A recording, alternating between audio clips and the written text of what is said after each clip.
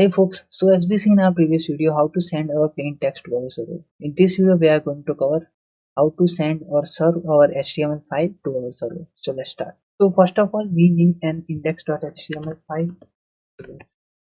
Let's provide here h1 lorem text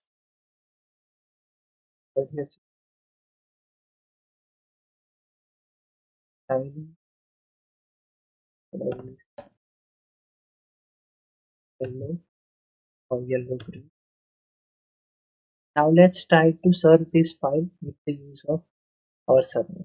So let's provide here file name which is text.html and let's provide here text-html because our file type is HTML. Now let's try to run this node s1.js. S1.js, press enter. So let's provide here localhost 3000 and press enter, and you can see our HTML file www. This is lorem ipsum. Let's change something. Let's add more paragraphs. Let's try to run, and you can. So that's how we can serve our HTML file with the use of servers. So that's it for this video. Thank you for watching. Bye bye.